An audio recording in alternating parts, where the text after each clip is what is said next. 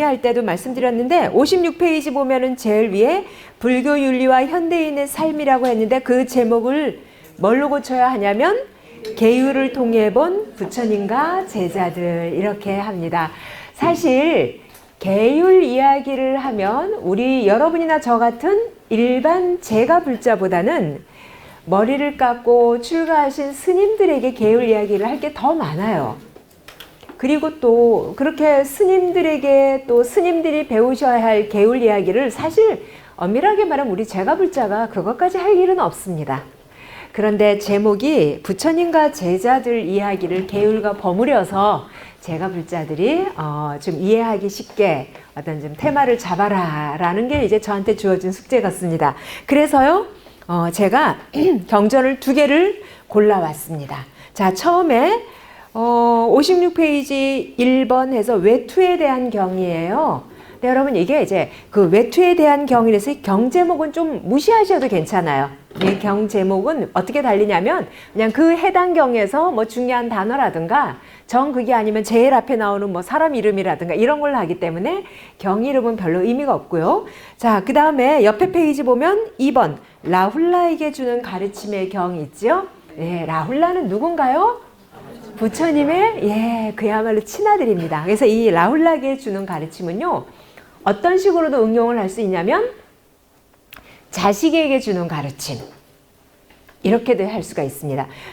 만약에 부처님이 제가 불자였다면 자식한테 어떤 이야기를 해줬을까?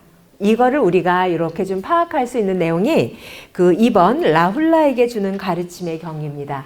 그런데 자 여러분 여기 또 이거를 또 제가 그냥 넘어갈 수가 없어요. 다시 첫 번째 경을 보시면 외투에 대한 경 해놨는데 가로 속에 그 무슨 알파벳이 2개 적혀 있죠? 네. 이게 무슨 경인가요 이게? 이야 아시는군요. 예. 자 여러분 거기서 제가 항상 말씀드려요.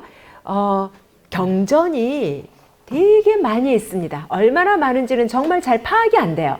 그런데 그렇게 많은 경전을 일목요연하게 정리 좀 해봐 주십시오 라는 그런 강의를 저한테 딱 누군가가 의뢰를 하면 그래서 강의 관련으로도 경전 관련으로도 강의를 좀 하긴 했는데 너무 많은 경전을 어떻게 강의를 해야 될지 이거 진짜 막연하잖아요.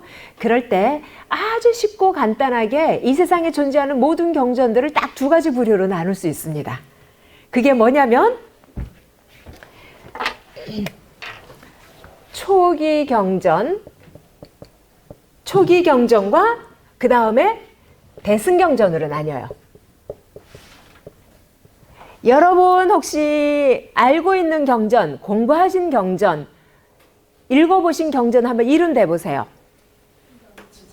지장경, 대승경전입니다. 또 법화경, 대승경전이에요. 또 금강경, 대승경전이에요. 또 유마경, 대승경전이에요. 아함경, 초기경전이에요. 또 수다니파타, 초기경전, 법구경, 초기경전. 또 화엄경, 대승경전. 또 네? 쌍유타. 이 야간반에는 니까야 뭐 다 아시네요. 쌍유타 니까야 어디예요? 초기경전. 또 맞지만 니까야도 초기경전. 또 디가니까야도 초기경전. 또 승만경, 대승경전. 또 무슨 경이 또 경제목이 생각이 나세요? 우리 이거 공부하기 전에 읽었던 경이 뭐예요? 우리 공부할 때 강의 처음에 읽었던 그 경이 뭐죠? 반야심경, 대승경전. 또 우리 한국의 조계종 불자님들이 제일 좋아하는 금강경, 아까 금강경 나왔나요? 대승경전. 그리고 관세음 보살님한테 기도하는 천수경, 대승경전. 그렇죠? 다 그래요. 여하튼 그래서 이 세상에 존재하는 모든 경전은 다 이게 2가지에 다 들어가요. 하여튼 그래서 대체로 여러분들이 많이 들었거나 뭐 이런 거는 다 여기 들어가요. 육조단경은 엄밀하게 말하면 뭐 넓게 보면 대승경전이지만 육조단경은 이 뭡니까? 중국의 선불교의 그 사상을 담고 있기 때문에 그거는 선의 경입니다. 아시겠죠? 자, 하여튼 뭐 그렇습니다. 그랬을 때 이 초기 경전이 부처님의 육성이 담겨 있다 그래서 시기를 잡기가 조금 애매한데 부처님이 살아계시던 시절에서부터 부처님이 돌아가신 거를 반열반이라고 해요. 부처님 돌아가신 거를 반열반이라고 합니다. 열반이라는 것은 본데 그 깨달았다는 뜻이에요. 열반이라는 말은 니르바나라는 말은 깨달았다는 뜻인데 만약에 여러분, 만약에 제가 열심히 수행해서 이 이미령이란 이 몸뚱아리로 깨달았단 말이에요. 깨달았지만 제가 깨달았다고 해서 금방 뭐 죽거나 뭐 어떻게 하는 건 아니잖아요. 그렇죠? 깨닫고 나서도 어때요? 일상생활은 여느 사람들하고 똑같이 할 거예요. 하루에 밥도 먹어야 되고 감기 걸리면 정말 약도 먹어야 되고 어디 가다가 넘어지면 기부스라도 해야 될 것 같습니다. 그렇게 해서 깨달은 상태에서 그렇게 일생을 쭉 살다가 이번 생을 마치는 것을 완전한 열반이라 그래서 반열반이라고 해요. 아시겠죠? 그러니까는 반열반이라는 말은 성자들의 죽음을 가리키는 말이에요. 아니 그러면 반열반이라고 했는데 그걸 또 뭘 완전한 열반이라고 하냐? 반열반의 반자는 거 50%가 아니냐 그러는데 반열반의 반이라는 말은요. 인도말로 빠리라고 하는 인도말을 소리 나는 대로 옮긴 거여서 이거는 완전한이란 뜻이에요. 완전한. 영어로 full stop. 혹시 영어 조금 공부하신 분 full stop이라는 단어 있나요? 이거 full stop. 그러니까 완벽하게. 예를 들면 노선버스가 아침에 차고에서 출발해가지고 자기 그 코스를 다 돌아서 다 돌고 나면 이제 어떻게 합니까? 그 버스가? 이제 차고지에 딱 들어가서 그날 운행은 끝이죠. 이게 완전한 이런 뜻이에요. 성자들의 죽음을 반열반이라고 하고 부처님뿐만 아니라 큰 스님들이 돌아가실 때도 그렇게 해요. 그런 게 이제 요즘은 이렇게 좀 편안하게 써서 스님들 이제 돌아가실 때 그냥 열반에 드셨습니다 하는데 원래 엄밀한 의미에서 열반이라는 건 깨달았다라는 뜻이에요. 그런데 아무튼 자 초기 경전은 부처님 살아계시던 시절에서부터 부처님 반열반 하신 이후 한 100년 정도의 기간 동안을 이제 이 불교에선 초기라고 이름을 붙이거든요.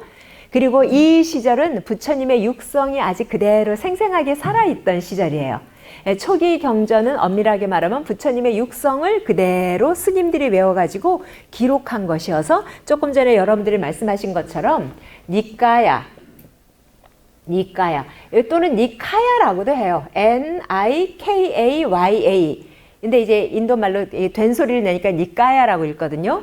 그래서 이게 부처님의 그 말씀이 쭉 모아져서 전해 내려온 거고 요거는 인도에서부터 스리랑카로 전해져서 경전으로 성립이 된 거고요. 인도에서부터 저 중국으로 전해서 중국으로 가면 이제 한문으로 옮겨져야 되잖아요. 그거는 똑같은 내용인데 그거는 뭐라고 부르냐면 아함경이라고 불러요. 아함경. 그래서 혹시 여러분들이 인터넷을 검색하실 적에 아함경 또는 니까야란 이름으로 딱 이게 검색하면 그게 다 부처님의 육성이 담긴 내용이다. 이걸 이제 여러분들이 아시면 되고요. 자, 그 중에서 니까야라는 것에는요, 모두 크게 5부류로 나뉩니다. 예를 들어서 법화경은 이렇게 한 권이잖아요. 그렇죠? 뭐 승만경도 한 권이고 천수경도 뭐 이렇게 좀 몇 장밖에 안 되고 반야심경은 더구나 한문으로 260자밖에 하니까 종이 한 장이고. 그런데 이 그 니까야는요, 양이 너무너무 방대해요. 그도 그럴 것이 부처님이 45년 동안 법문하신 거를 부처님이 돌아가신 다음에 스님들이 기억하기 좋도록 자기들 나름대로 내용을 좀 해쳐 모여해서 이렇게 편집을 했어요. 그러다 보니까 5 뭉퉁이로 이렇게 나뉘거든요. 그래서 니까야를 뭐라고 부르냐면 오니까야 또는 오부니까야라고 불러요. 자, 그래서 모두 5가지가 있는데 첫 번째가 뭐냐면 자, 디가 니까야. 두 번째는 또 뭐예요? 맞지마, 때리지마, 맞지마 이거 아니에요. 아시겠죠? 맞지마 니까야. 세 번째는 뭐예요? 세 번째는 쌍유타 니까야. 쌍유타 니까야. 네 번째는 뭐냐면 여러분 이게 발음이 앙구타라 니까야. 5번째는 뭐냐면요. 쿠타카 니까야. 발음이 좀 이상합니다. 예, 여러분 제가 뭐 이렇게 썼는데 인터넷을 뒤져보면요. 쌍유타가 아니라 상유타 뭐 이렇게 하기도 하고 표기는 좀 사람들이 자기 발음하는 대로 해서 약간 좀 다를 수도 있는데 그걸 이해를 하세요. 그래서 자 D가 니까야는 여러분 이거 앞에 우리 외투에 대한 경에서 MN 있죠? N이라는 말이 이게 니까야 할 때 이거예요. N자고. 자, 그 다음에 D가 해서 D는 영어 알파벳으로 하면 뭐겠어요? 그렇죠. D죠. 맞지만 니까야는 요거 알파벳이 뭐겠어요? M이죠. 그게 MN이에요. 아시겠죠? 그 다음에 쌍유따는 S예요. SN. 앙구따라는 AN이고 쿠타카는 KN이라고 이렇게 할 수가 있어요. 약자로 그렇게 씁니다. 자, 그리고 D가 니까야에서 D가라는 말은요. 길이가 긴 내용들의 경을 모았어요. 한 30여 개 모았거든요. 여러분 길이가 길다라는 말의 한문은 뭘까요? 길다라는 말의 한자는 장이죠. 그래서 D가 니까야의 내용을 요게 그대로 옮겨진 게 아한경의 장아한경이에요. 아시겠죠? 이게 왜 장이냐면 여기 D가 이게 길이가 길다라는 뜻이에요. 맞지마라는 말은요. 중간 길이란 뜻이에요. 중간 길이야 하면 한자로 뭐가 떠오르세요? 가운데 중자죠? 그래서 이거는 뭐예요? 중아한경이에요. 그 다음에 쌍유따 요거는 이게 뭐냐면 요거는 주제별로 모았어요. 주제별로 부처님의 말씀을 이렇게 막 모았거든요. 그래서 요거는 조금 정확하게 적용은 안 되는데 주제별로 다양하게 그 부처님의 말씀을 모았다 해서 요거 잡아함경이에요. 그 다음에 앙구따라 니까야라는 것은 뭐냐면 앙구따라라는 말은 뭐냐면요. 한 가지씩이 불어난다라는 뜻이에요. 그러니까 예를 들면 부처님이 이런 식으로 법문을 잘해요. 뭐뭐 하는 데는 한 가지가 있느니라 또는 뭐 이러이러한 것에 두 가지가 있느니라 이런 식으로 법문을 이런 식으로 설법하시기를 좋아해요. 그래야지 듣는 사람도 기억하기가 좋죠. 예를 들면 그대들이 부자가 되기 위해서는 이거 한 가지만 열심히 실천하면 된다. 이럴 경우는 숫자 1에 해당하는 걸로 후대의 스님들이 다 모았어요. 이런 식으로. 자, 여러분 부자 되고 싶으세요? 보살님 웃으시는 이유가 뭐예요? 이미 부자가 되신 거예요? 부자가 되고 싶다. 그러면 요거 한 가지만 기억하래요. 그게 뭘까요? 부자가 되고 싶은 사람은 요거 한 가지만 실천하래요. 응. 보시라는 말씀도 하셨어요. 그리고 또 뭐가 있을까요? 맞아요. 게으르지 말 것. 이거 하나만. 그래서 한문으로 불방일. 그러니까 이런 식의, 그러니까 이런 거 이제 일법에 해당이 다 이런 식으로. 또는 재물에 5가지 재난이 있다. 우리 이 시간까지 정말 돈 벌려고 뛰어다니셨잖아요. 그쵸? 죽자고 고생해서 돈 모아가지고 우리 열심히 모아두고 있는데 그 재물에 5가지 재난이 있대요. 5가지 위험이 있대요. 5가지가 뭔가 하면, 자, 재물에는 5가지 위험이 있다. 그래서 첫째는 뭐냐면은요, 물의 위험이에요. 이건 뭐겠습니까? 제가 열심히 돈 벌어가지고요, 바닷가 그 바로 앞에다가 멋진 카페를 다 만들었어요. 온 재산을 다 투자해가지고, 그리고 은행 융자까지 끌어다가, 그런데 웬일이에요, 그만? 예, 홍수가 나고, 그리고 해일이 일어가지고, 내 재산을 싹 쓸어가는 경우, 이럴 경우에 이제 물의 재난인 거예요. 재물은 물의 재난을 받고, 그럼 두 번째는 또 무슨 재난이 있겠어요? 네. 그렇습니다. 예, 이거 정말 참 조심해야 돼요. 세 번째는 또 뭐가 있냐면 왕의 재난. 이거 뭐냐면 돈이 많으면 권력자들에게 항상 이게 그 예의주시가 돼가지고 이렇게 된다라는 거예요. 좀 동감하세요? 네. 넘어갈게요. 그 다음에 네 번째가 뭐냐면요. 이거 뭐 두말하면 잔소리죠. 도둑의 재난이 있는 거예요. 참 도둑들이 기가 막힌 게 어쩌면 그렇게 돈 냄새를 잘 맡는지 몰라. 그래서 예전에 저희 외할아버지 이야기를 들었는데요. 외할아버지가 어디 부산 쪽에 가서 이렇게 무슨 사업을 해가지고 진짜 그때는 다 뭐 현찰 갖고 다녔잖아요. 정말 그래서 엄청나게 이 현찰을 딱 이제 받았나 봐요. 그래서는 기차를 타고 올라오는데 이 현찰이니까 잘 싸가지고 여기다가 이제 겨드랑이에다 딱 끼고 이러고는 올라왔는데요. 그리고 정신 딱 차리고 좀 경상도 말로 정신 단디 차리고 이제 돈을 딱 이러고 왔는데 집에 와서 보니까 이 뒤가 찢어져가지고 다 나갔대요. 야, 그런 얘기 들으면서 그런데 본인은 그거를 올 때까지 몰랐으니 우리 할아버지가 약간 좀 둔감하신 걸까요? 도둑이 솜씨가 좋았던 걸까요? 아, 그런 건가요? 예, 그래서 뭐 그것뿐이 아니라도 항상 이게 있어요. 꼭 그 누군가 가져가. 그다음에 5번째, 재물의 5번째 재난이 뭘까요? 이게요. 이게 내가 원하지 않는 상속자. 예, 뭐 자식이기도 하고 또는 뭐 자식이 없거나 뭐 누구 친척에게도 주고 뭐고 하는데 내가 열심히 모은 돈을 자식에게 물려주면 자식이 또 그 돈을 가지고 잘 지키고 잘 불리고 그래서 잘 살면 얼마나 좋겠습니까? 근데 그게 내 뜻대로는 안 된다라는 거예요. 그래서 재물에는 이런 5가지 재난이 있다. 이런 식으로 부처님이 법문을 하세요. 그러니까 이건 다시 말하면요. 재물은 없어지기 마련이라는 거예요. 그렇죠, 여러분? 죽자고 벌어가지고 움켜쥐기만 한 데서 재물이 꼼짝도 안 하고 있는 것도 아니에요. 그렇죠? 그래서 부처님은 요 말씀하신 다음에 꼭 뭘 얘기를 하냐면 그러니까 어차피 재물은 어차피 이래도 없어지고 저래도 없으니까 쓰라는 거예요. 아시겠죠? 쓰라는 거예요. 쓰고 죽으라는 거예요. 제가 딱 요까지 또 말하면요. 제 이야기 듣는 중에 어떤 분들은 그러니까 쓰고 죽으랴 이제 그러니까 인자하고 나하고 여행도 좀 가고 그러면서 써 막 이러는데 쓰고 죽어도요. 이왕이면 어떻게 써야 되겠습니까? 잘 써야 돼요. 예, 재물은 5가지 재난이 있고 그러니까 어차피 없어질 무상한 거예요. 세상에 무상하지 않는 게 없잖아요. 재물은 무상하니 이왕 써서 없앨 거면 그 재물 갖고 선업을 지으라는 거예요. 그럼 재물은 다음 생에 이걸 안 따라오지만 내가 요걸로 돈 가지고 지은 선업은 이게 나를 따라가는 거예요. 그럼 선업에 따른 즐거운 가부도 따라온다. 하여튼 이런 식으로 꼭 법문이 귀결이 되는데 자 이렇게 5가지라는 것은 아까 안구 따라 왜 숫자가 하나씩 더해진다 그랬잖아요. 그럼 이건 숫자 몇으로 모아지겠어요? 5라는 숫자에 모아져요. 그래서 모두 11가지 법으로 해서 다 그렇게 모아져요. 그래서 안구따라라는 말은요. 숫자가 하나씩 불어난다라는 뜻이거든요. 하나씩 증가한다. 하나씩 숫자가 증가한다. 그래서 안구따라 니까에 해당되는 걸 증일아함경이라고 해요.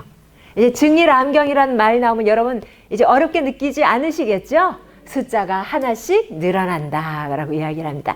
참고로 혹시 이 자리에 계신 분들 중에서 일선에서 포교사 활동을 하는 분이 계시거나 막 이러는 분이 계신다면 안구따라 니까야 가지고 법문 자료로 활용을 하십시오. 요즘 이게 번역이 되어 있어요. 번역이 되어 있어서 안구따라 니까야를 이렇게 읽어보면요. 한 숫자 3이나 4, 5 요렇게 항목으로 모인 거 요거 요렇게 참고하시면요. 어디 가서 법문할 때 응용할 만한 내용들이 많이 있어요.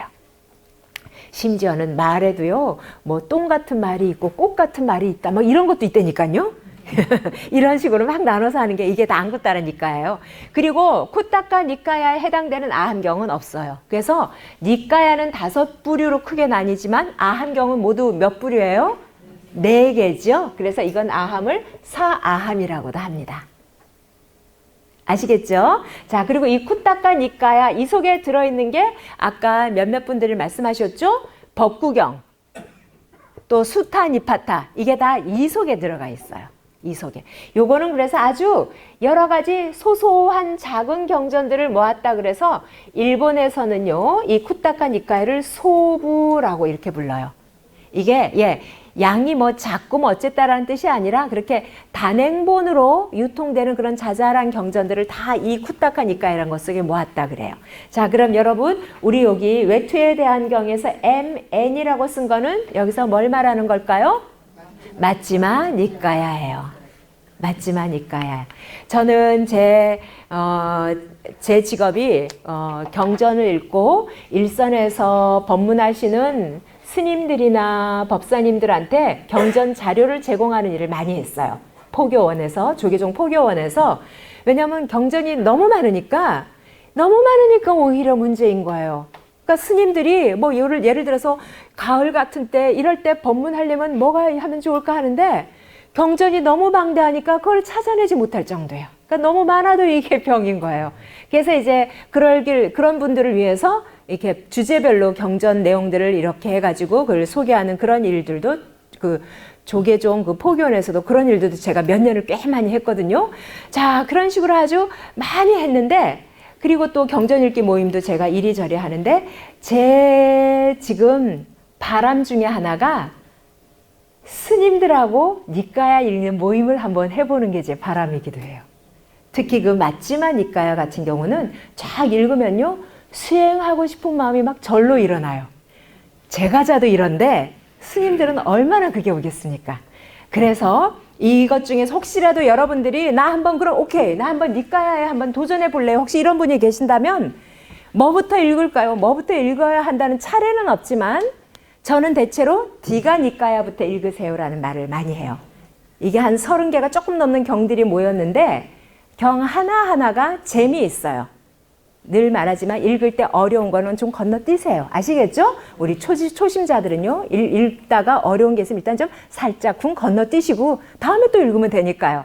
하여튼 그래서 이 중에서 제가 권하는 것은 디가 니까야를 제일 먼저 권합니다. 그 다음에 이제 앙구따라 니까야, 그 다음에 쿠타카 4번, 5번 같은 경우, 5번 같은 경우는 아마 여러분들이 독립된 경우로도 많이 만나요. 그리고 이 2번 맞지마 니까야 같은 경우는요, 공부를 조금 하신 분들이 읽는 게 오히려 유리해요. 아주 그 수행에 관한 이야기들이 있어가지고 읽으면 촉촉하게 감동적인 그런 게 오는데 잘 모르는 분들이 읽으면 이게 뭐야 하면서 그냥 그럴 경우가 많아요. 하여튼 여러분 이런 순서가 있습니다. 자, 이거 봅시다. 이러니까 이거 역시 오전 반에도 이랬는데 오후 반에도 이렇다니까요. 이 제목 하다가 지금 30분이 지나갔어요. 그렇죠? 자, 얼른 이제 경 본론으로 들어가겠습니다. 이와 같이 나는 들었다. 한때 존자 안한다는 아침 일찍 옷을 입고 바루와 가사를 들고 사바티시로 탁바라로 들어갔다. 마침 콧살라 국왕 파세나디가 코끼리를 타고 가다가 존자 안한다가 오는 것을 멀리서 봤다. 그러자 파세나디 왕은 코끼리를 타고 다가간 뒤 내려서 그에게 이렇게 물었다. 이렇게 해서 우리 지금 넋줄 읽었지요? 자, 안한다는 부처님의 제자 중에서 뭐가 제일이었죠? 예, 많이 들어서 담은 제일이에요. 여러분 요거 하나 또 말씀드릴게요. 혹시 제 말이 지금 너무 빠른가요?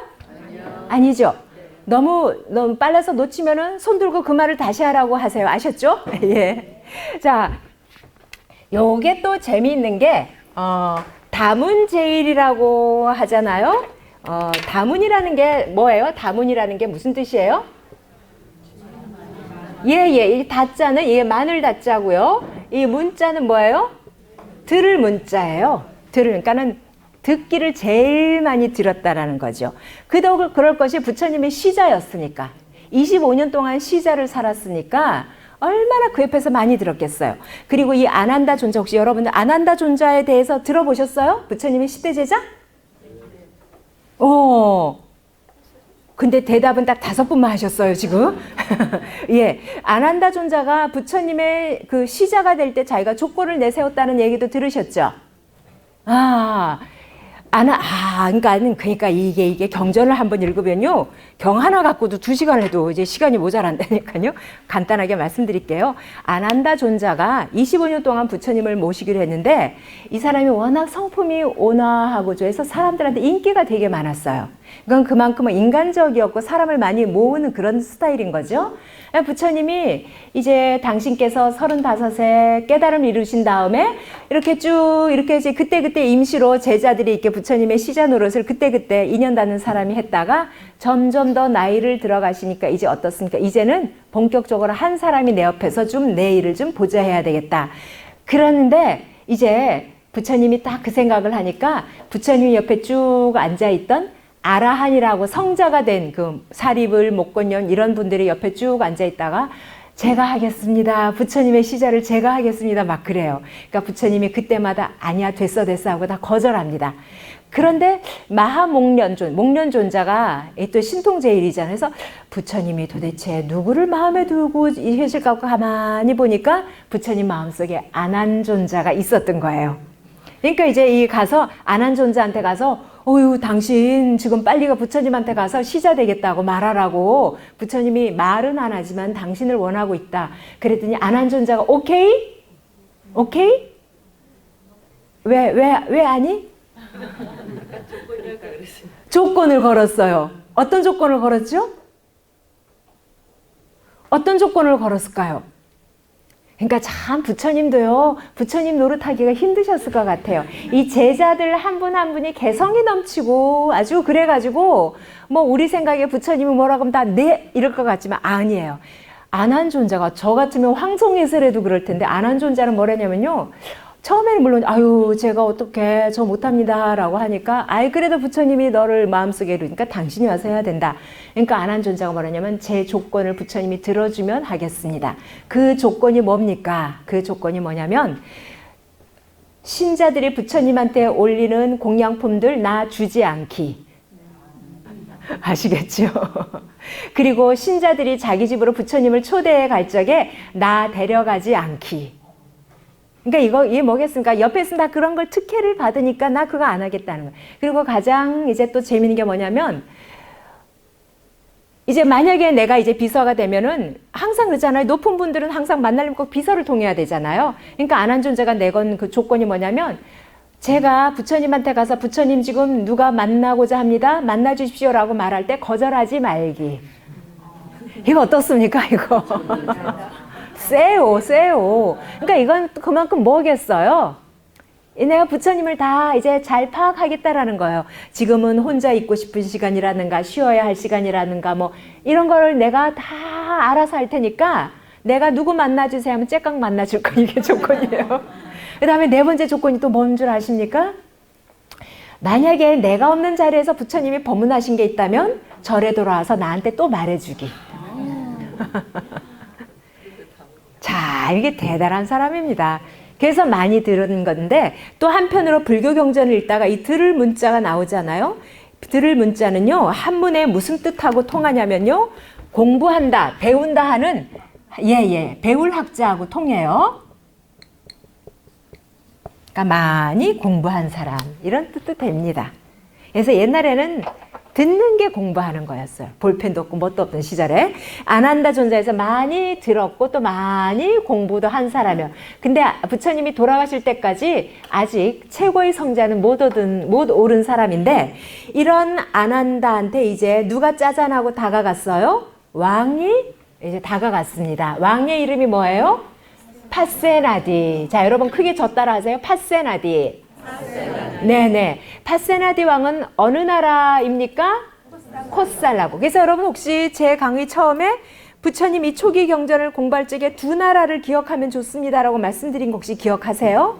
두 나라에서 부처님이 거의 대부분을 법문을 하셨거든요. 첫 번째가 여기 말한 콧살라고. 두 번째는 무슨 나라? 마가다국. 그러니까 이거는 그 중에서 콧살라국인 거예요. 자. 그런데 이 왕이 안한존자에게 다가가서 묻는 게 좀 이상해요. 존자하란다요. 세존께서는 사문이나 바라문 또는 현자들에게 비난을 받을 만한 몸과 입과 뜻의 업을 지으십니까? 여러분 이러겠어요? 부처님이? 자, 여러분 여기다 이제 밑줄을 그으세요.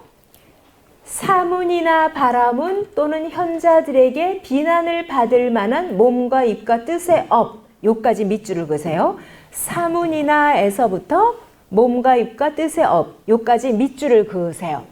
이거 제가 왜 밑줄을 그으라고 했냐면 요게 바로 두 글자로 말하면 뭐예요?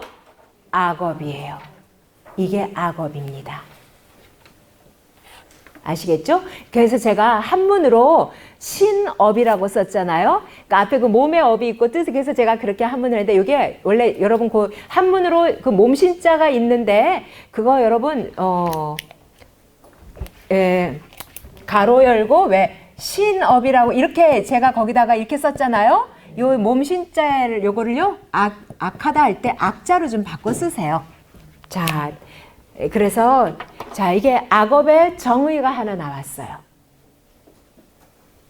참, 좀 불교 공부하는 사람들이 제일 좀 헤매는 게 뭐냐면 불교 공부 좀 하다 항상 저한테 물어보는 게 불교 사전 뭐 좀 좋은 거 있으면 소개해 달라고 그래요.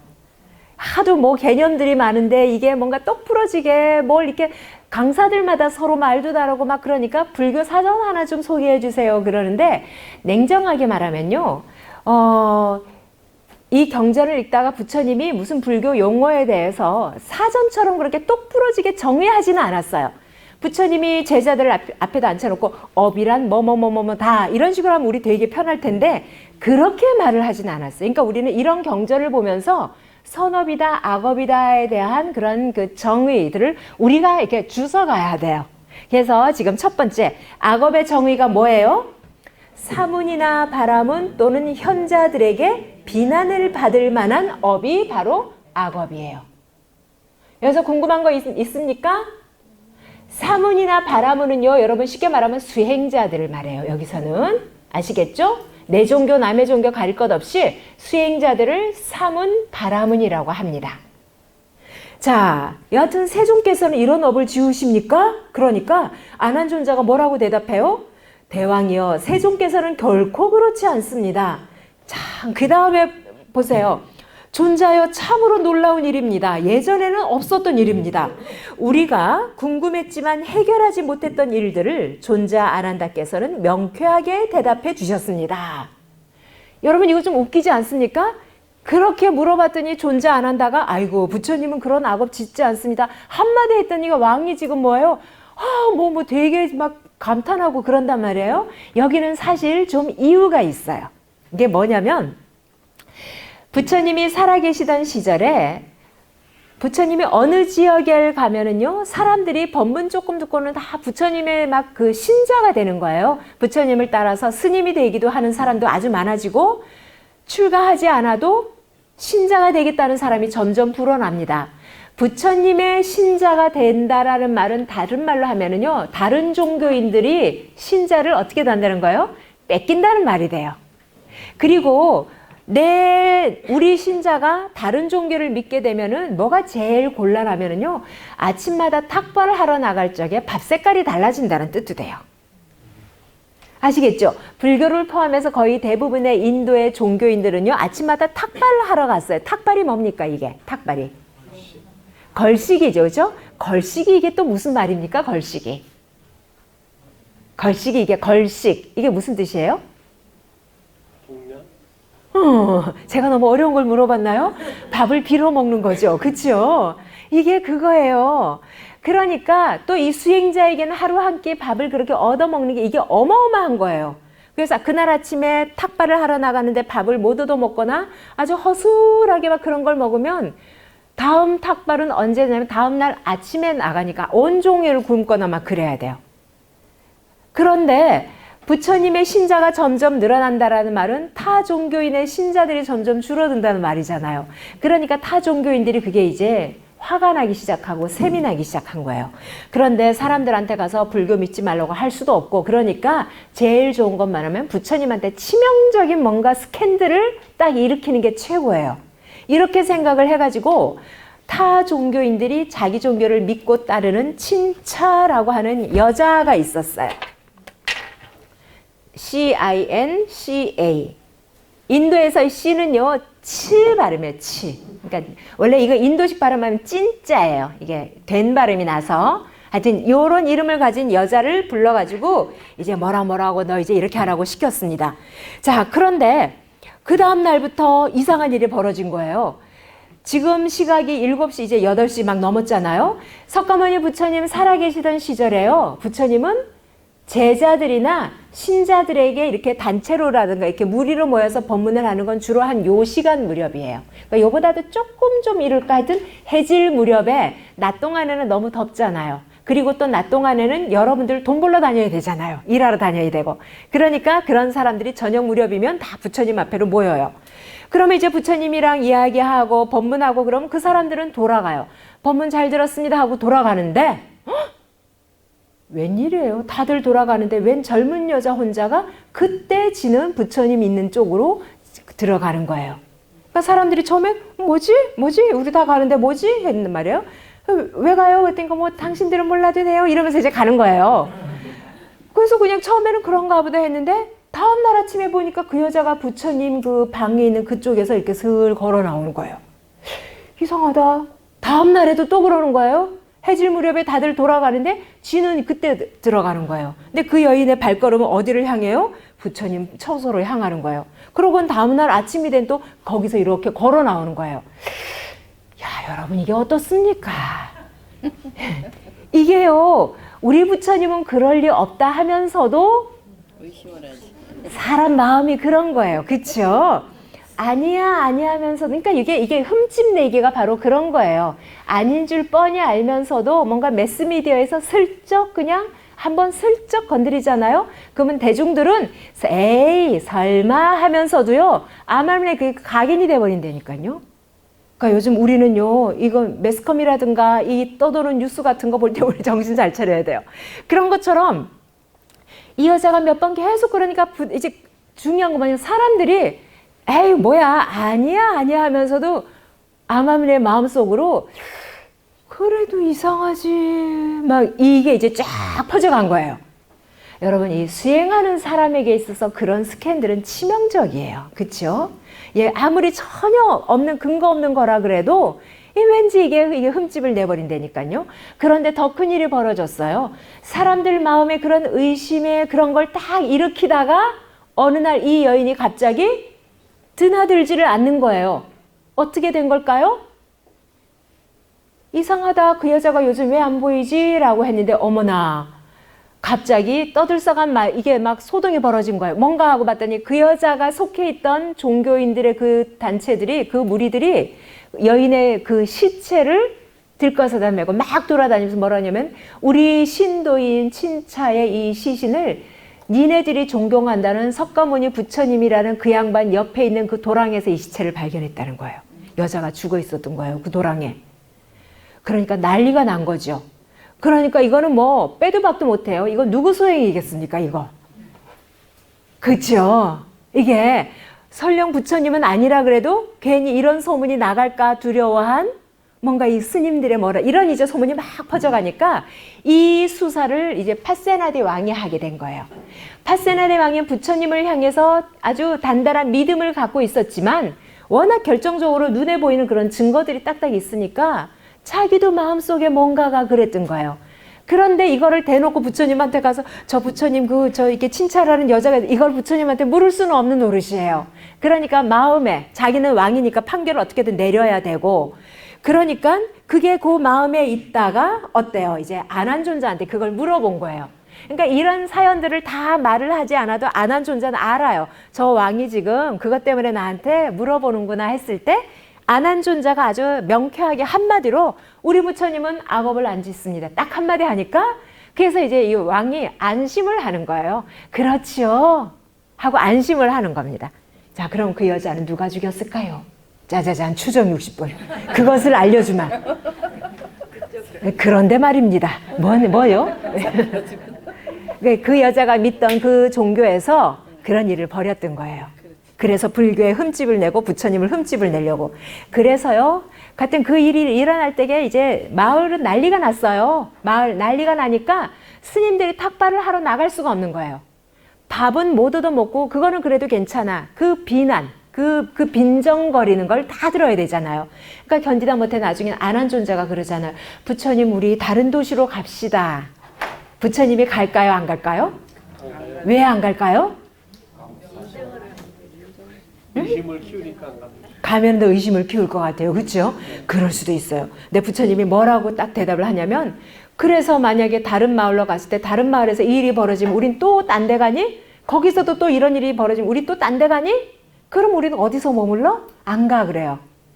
그런데 너무 그런 의심이랑 그런 게 일어났잖아요. 그랬더니 그때 부처님 하신 말씀이 근거 없는 비방은 7일만 있으면 조용해진다라는 거예요. 그러니까 그만큼 떳떳하다는 거예요. 그러니까 이런 식으로 비방에 대처하는 이런 부처님의 케이스 바이 케이스의 몇 가지 일이 있는데, 자, 아무튼 이제 얼른 봅시다. 자, 그래서 참으로 놀라운 일입니다. 존자 아난다께서는 명쾌하게 대답해 주셨습니다까지 했죠? 예, 자, 그 다음에 존자여, 어리석고 현명하지 못한 자들은 자세하게 알아보거나 확인해 보지도 않고 남을 칭찬하거나 비난하는데, 그러면 우리는 그것을 인정하지 않습니다. 우리는 이라는 말은 이제 왕은 판결을 해야 되니까 그저 남의 이야기에 부하내동해가지고 막 그렇게 하진 않는다는 이야기고요. 자, 또 어떻습니까? 현명하고 지혜로운 자들은 자세하게 알아본 뒤에 남을 칭찬하거나 비난합니다. 우리는 그것을 인정합니다. 이렇게 말한 다음에 이제 안한 존재한테 묻습니다. 자, 그런데 사문 바라문 또는 현자들에게 비난을 받을 만한 몸의 업은 어떤 것입니까? 여러분 여기 사문 바라문 또는 현자들에게 비난을 받을 만한 업, 이게 아까 뭐라고 그랬어요? 악업이라 그랬죠? 여러분 그 악업이라고 쓴 거에다가 동그라미 1번 하세요. 악업의 정의가 내려지는데 악업의 정의가 현자들에게 비난을 받을 만한 업이 악업의 정의이고, 자, 안한다가 대답하기를 몸으로 짓는 악하고 불건전한 행위입니다. 악하고 불건전한 행위에다가 밑줄을 긋고 악업이라고 쓰세요. 악업의 정의가 이제 이렇게 해서 우리가 찾을 수가 있어요. 자, 그러니까 또 왕이 물어요. 몸으로 짓는 악하고 불건전한 행위는 어떤 것입니까? 뭐라 그래요? 비난을 받을 만한 행위입니다. 비난을 받을 만한 행위는 앞서도 나왔지만 우리 여기 악업 몇 번? 3번이라고 한번 해봅시다. 이거 악업 3. 자, 그러니까 비난을 받을 만한 행위는 어떤 것입니까? 물어보니까 분노가 들어있는 행위입니다. 분노가 들어있는 행위에다가 몇 번을 요거는 몇 번이라고 해요? 4번 하세요. 악업의 정의들이에요, 이게. 자, 분노가 있는 행위는 어떤 것입니까? 그랬더니 괴로움을 가져옵니다. 괴로움을 가져오는 행위는 어떤 것입니까? 여기서 5번 어디다 밑줄을 치면 될까요? 괴로움을 가져오는 행위, 이거 악업 5 하세요. 자, 괴로움을 가져오는 행위는 어떤 것입니까? 라고 했더니 이제 안한다 존재가 말해요. 대왕이여, 그것은 바로 나를 해치고 남을 해치고 나와 남 둘 다를 해치며 악을 키우고 선을 줄이게 하는 몸으로 짓는 업입니다. 여기서요, 나를 해치고 남을 해치고 나와 남 둘 다를 해치며에다가 밑줄을 그으세요. 이게 악업 몇 번? 6번이에요. 여러분 나중에 누군가가 악업이 뭐예요? 라고 물으면 여기서 여러분들이 1, 2, 3, 4, 5, 6 중에서 6번을 대답하시면 돼요. 아시겠죠? 근데 이거 재밌지 않습니까? 제일 먼저 누구를 해치는 거? 나를 해치고, 두 번째는 남을 해치고, 세 번째는 나와 남을 같이 해치는 거예요. 둘 다라는 말이 나와 남을 같이 해치는 거예요. 여기서 여러분 굉장히 재미있는 걸 알 수가 있어요. 우리는 흔히 업장 소멸한다, 참여한다 그러면 골방에 앉아서 내 업보요, 우리 이런 걸 다 업이라고 생각하잖아요. 근데 지금 여기서 보면은 업을 이야기를 할 적에 개인적인 그런 차원에서만 지금 다루고 있습니까? 남이라는 이게 들어갔죠. 인간이라는 존재는요, 남하고의 관계 속에서 살아가는 거예요. 아시겠죠? 그러니까 혼자 골방에서 이렇게 하는 게 선업이고 이렇게 하는 게 악업이고 그런 게 아니라 문 열고 밖으로 나가는 게 우리 보통 사람들의 생활이잖아요. 그런 생활에서 나의 어떤 행동은 남에게 영향을 미치게 마련이에요. 그럴 적에 생각을 하라는 거예요. 이 행위가 나를 해치고, 두 번째 뭐예요? 남을 해치고, 세 번째 뭐예요? 나와 남을 둘 다 해치는 행위인가를 생각해 보라는 거예요. 그게 악업의 정의입니다. 여기서 해치고라는 말은요, 칼을 들고 나를 찌르고 죽이고 이런 정도의 해치고 뿐만 아니라 이익을 해친다라는 말이 돼요. 그러니까 불이익을 주고라는 말도 돼요.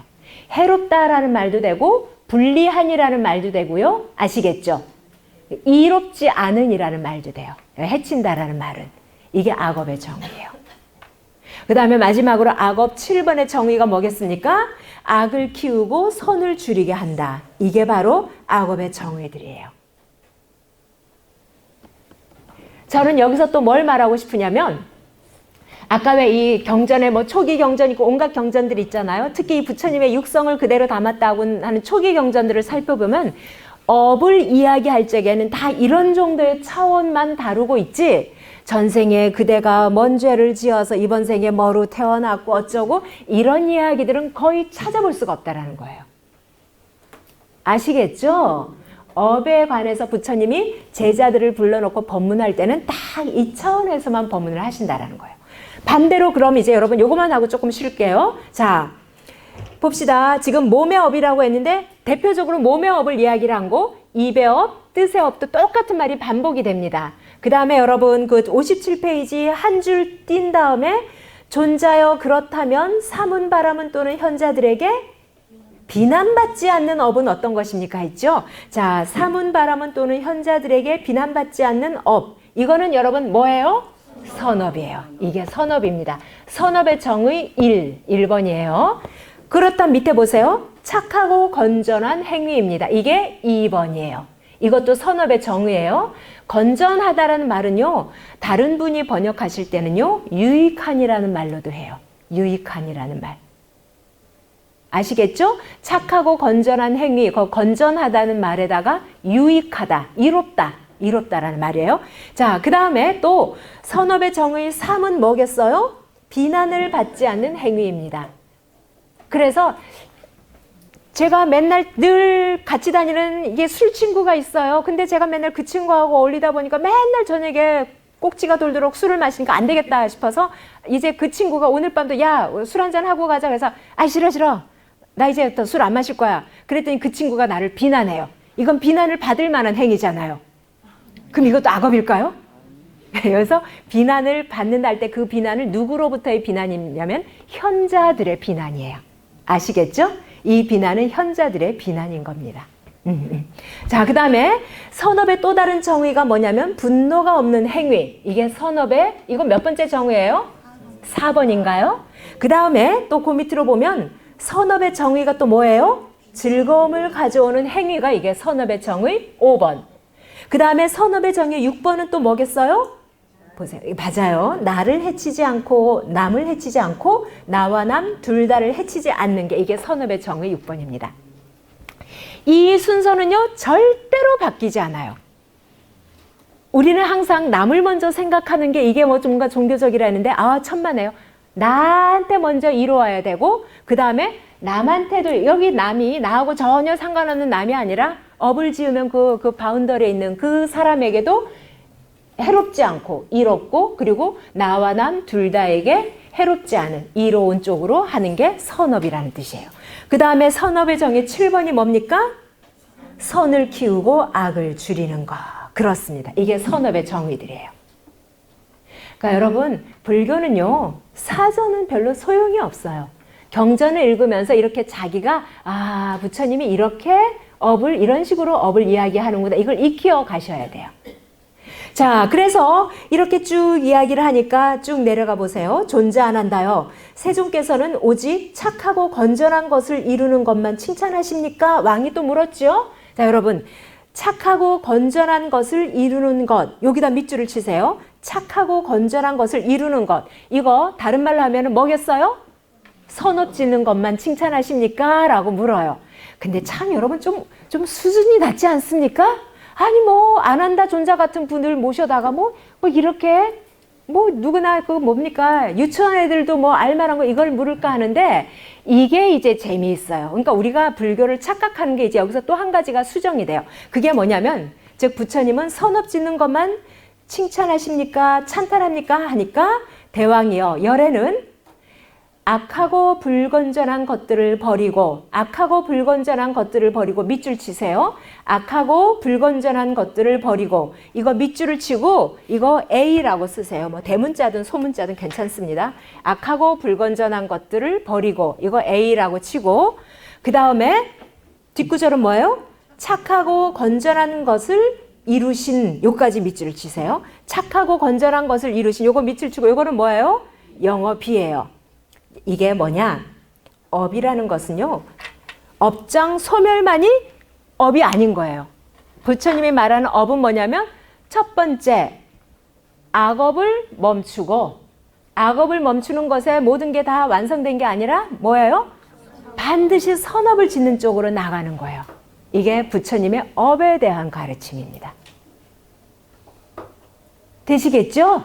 요거 기억하세요. 악업을 멈추는 것만이 능사가 아니에요. 우리는 그 자리에서 또 뭘 해야 돼요? 선업을 지어야 돼요. 이렇게 가야 돼요. 그러니까 여러분 우리 그동안 업을 이야기를 할 때 그냥 그쵸? 뭐 업은 뭐 소멸하고 어째야 돼? 이거 되게 부분적이고 단편적이었어요. 경을 읽어보면 부처님은 이런 식으로 굉장히 건전하고 발전적으로 이야기를 해요. 그리고 추상적인 게 아니라 이롭고 유익한 쪽이 선업이라는 거예요. 생각해보세요. 그러면 진짜 나한테 이로운 게 뭔 줄 아는 사람은 뭐 하겠어요? 선업을 짓습니다. 그래서 선업 짓는 사람은요, 지혜로운 사람이에요. 달리 어려운 교리를 알아서 지혜로운 게 아니라 지한테 뭐가 이로운지를 아니까 그게 똑똑한 거지 뭐가 똑똑한 겠습니까? 그런데 악업을 짓는 사람은 그러면 어떤 사람이겠어요? 어리석은 사람이에요. 아시겠죠? 이게 또 중요해요. 악업을 짓는 사람은 나쁜 사람이 아니라 어떤 사람이에요? 어리석은 사람이에요. 자기한테 뭐가 이익이 되는지를 모르니까. 그러니까 이게 바로 뭡니까? 3살짜리 꼬마도 아는데 80노인도 이게 할래니까 이게 헷갈리는 겁니다. 이게 업에 관한 부처님의 말씀들이에요. 그러니까 부처님 업을 이런 방식으로 말을 해요. 자, 이렇게 이야기를 하니까 존자여 놀라운 일입니다. 예전에는 없었던 일입니다. 자기가 너무 감명받았어요. 그래도 부처님한테 긴가민가 하면서 조금이라도 그런 게 있었는데 명쾌하게 이렇게 말을 해주니까 아난다께서는 이와 같이 말씀을 잘 해주셨습니다. 그래서 이 외투를 드리고 싶어요. 아난다께서는 저를 가엾게 여기서 외투를 받아주자면서 자기가 입고 있던 왕이 입던 아주 비싼 외투를 공양을 올리기 때문에 이름하여 뭐 외투라는 게 붙은 겁니다. 그래서 이 경은요, 선업과 악업에 대한 정의를 정확하게 알 수 있는 아주 중요한 경이다라는 말씀을 드리겠습니다. 자, 잠깐 쉬었다가 2교시 들어갈게요. 예, 휴식 시간 동안 질문 있으신 분들 질문하시기 바랍니다.